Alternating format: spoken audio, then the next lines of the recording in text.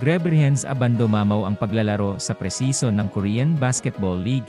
Coach ng anyang Red Booster humanga sa laki ng improvement ni Hens Abando. Pero bago natin umpisahan, ay suportahan mo naman ang aking channel.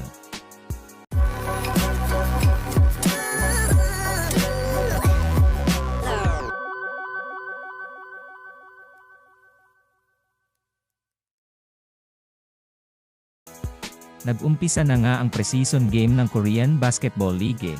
At napakaganda nga ng paglalaro nitong si Kabayan Hens Abando sa unang game ng anyang Red Booster. Kasama nga si Hens sa starting 5 ng kanilang team. Kasama niya nga sa starting 5 itong si Omalie Spellman, na maganda din ang pinapakitang paglalaro. Grabe nga ang pinapakita nitong si Hens Abando ngayon sa Korean Basketball League. Mapa-opensa man o depensa, ay talagang maasahan ito.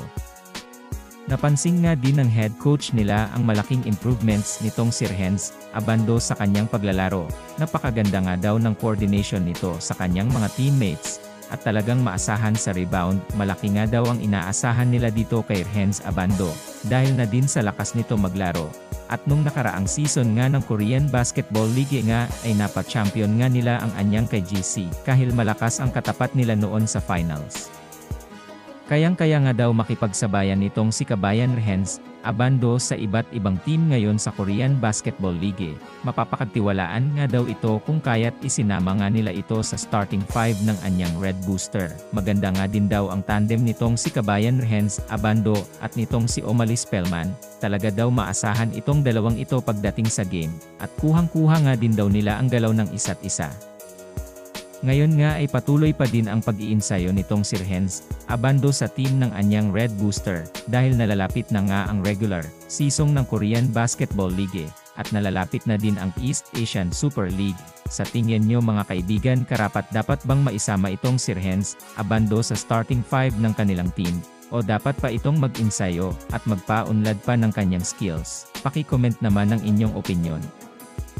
Sana nga ay magtagumpay itong si Kabayan kay Soto na masungkit ang kanyang matagal na niyang pangarap na maging isang NBA player. Patuloy nga nating siyang suportahan sa kanyang mga paparating na laban. Sana nga din ay magtagumpay ang mga Pinoy sa kanilang mga larangan, at maiwas sa mga injury, at makamit din sana nila ang gintong medalya.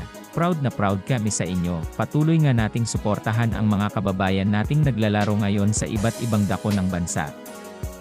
Maraming salamat sa panonood ng aking video.